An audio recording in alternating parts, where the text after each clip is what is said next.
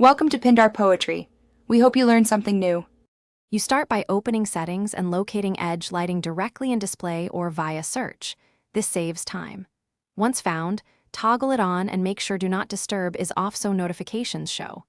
Next, pick a simple built-in style so you can see the effect immediately. You do this because confirming the baseline behavior prevents chasing issues later. After the visual appears, pause and note whether it reacts to calls, messages, or app alerts before moving to detailed customization. Now customize the effect and which apps use it so your phone only lights the edge for what matters.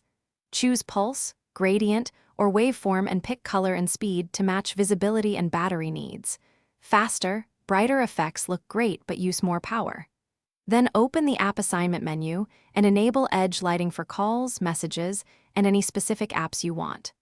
Once you set intensity and duration, use the preview or send a test notification to confirm timing and visibility before finishing.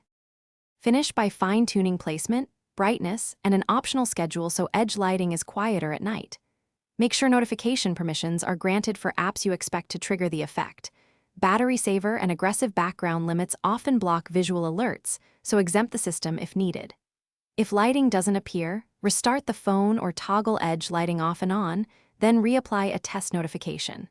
These steps solve most issues. If it still fails, check for a system update or reset display preferences as a last. Thanks for watching.